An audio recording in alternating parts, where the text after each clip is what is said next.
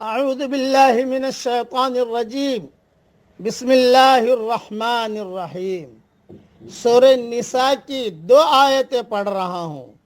آیت نمبر 174، آیت نمبر 175۔ یا ایہا الناس قد جاءکم برہان من ربکم وانزلنا الیکم نورا مبینا۔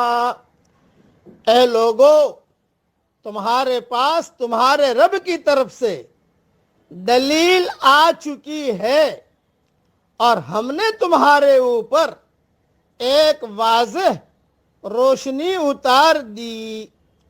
فَأَمَّا الَّذِينَ آمَنُوا بِاللَّهِ وَاعْتَصَمُوا بِهِ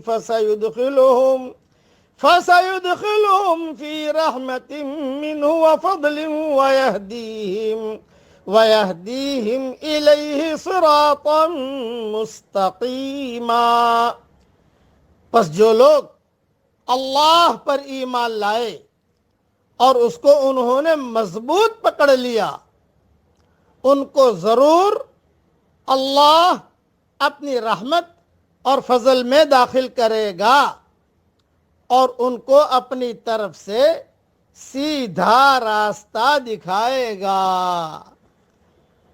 تشریح میں سن لیجئے، اسی لیے زیادہ سے زیادہ آدمی کو پڑھنا چاہیے۔ اہدنا الصراط المستقیم، پڑھو میرے ساتھ، اہدنا الصراط المستقیم، اہدنا الصراط المستقیم۔ اب اس کی تشریح سنیے۔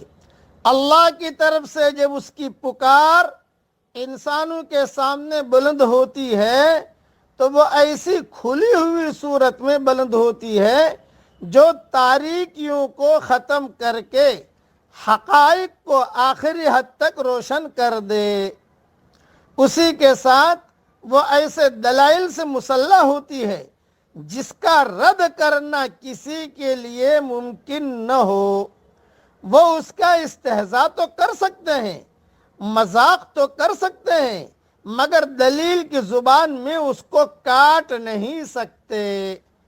اللہ وہ ہے جو سورج کو نکالتا ہے تو روشنی اور تاریکی، روشنی اور اندھیرا ایک دوسرے سے جدا ہو جاتی ہے۔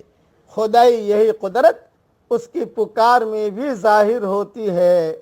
اس کے بعد حق اور باطل ایک دوسرے سے اس طرح الگ ہو جاتے ہیں کہ کسی آنکھ والے کے لیے اس کا جاننا ناممکن نہ رہے۔ تاہم سورج کو دیکھنے کے لیے ضروری ہے کہ آدمی اپنی آنکھ کھولے۔ اسی طرح خدا کی پکار سے ہدایت لینے کے لیے ضروری ہے کہ آدمی اس پر دھیان دے۔ جو شخص دھیان نہ دے وہ خدا کی پکار کے درمیان رہ کر بھی اس سے محروم رہے گا۔ حرم میں رہ کر بھی محروم، دینی اداروں میں رہ کر بھی محروم، مساجد میں رہ کر بھی محروم اور دین کا کام کرتے کرتے بھی محروم۔ کیوں؟ کہ اس نے ابھی آنکھیں اپنی کھولی نہیں ہیں، اللہ کو پہچاننے کی کوشش نہیں کی۔ اسی کے ساتھ یہ بھی ضروری ہے کہ حق کو مضبوطی کے ساتھ پکڑا جائے۔ واعتصموا بہ کا مطلب یہی ہے کہ حق کو مضبوطی کے ساتھ پکڑا جائے، کیونکہ موجودہ دنیا امتحان کی دنیا ہے۔ یہاں شیطان ہر آدمی کے پیچھے لگا ہوا ہے۔ جس طرح طرح طرح کے دھوکے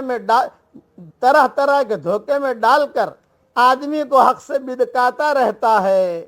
اگر آدمی شیطان کے وسوسوں سے لڑ کر حق کا ساتھ دینے کا فیصلہ نہ کرے تو یقیناً شیطان اس کو درمیان میں اچک لے گا۔ تاہم آزمائش کی اس دنیا میں انسان اکیلا نہیں ہے۔ جو لوگ خدا کی طرف چلنا چاہیں گے ان کو ہر موڑ پر خدا کی رہنمائی حاصل ہوگی۔ وہ خدا کی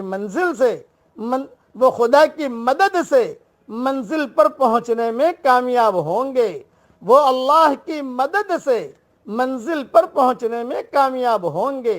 جب آدمی کا یہ حال ہو جائے کہ وہ صرف حق کو اہمیت دے تو اللہ کی توفیق سے اس کے اندر یہ صلاحیت ابھر آتی ہے کہ وہ خالص حق پر مضبوطی کے ساتھ جمے اور دوسری راہوں میں بھٹکنے سے بچا رہے۔ یہ مختصر تشریح میں نے کر دی جو بہت اہم ہے۔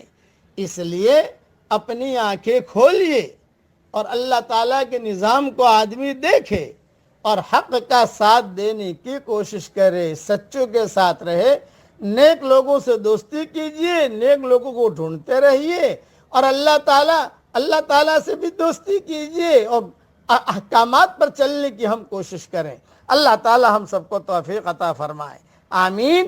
وآخر دعوانا ان الحمد للہ رب العالمین۔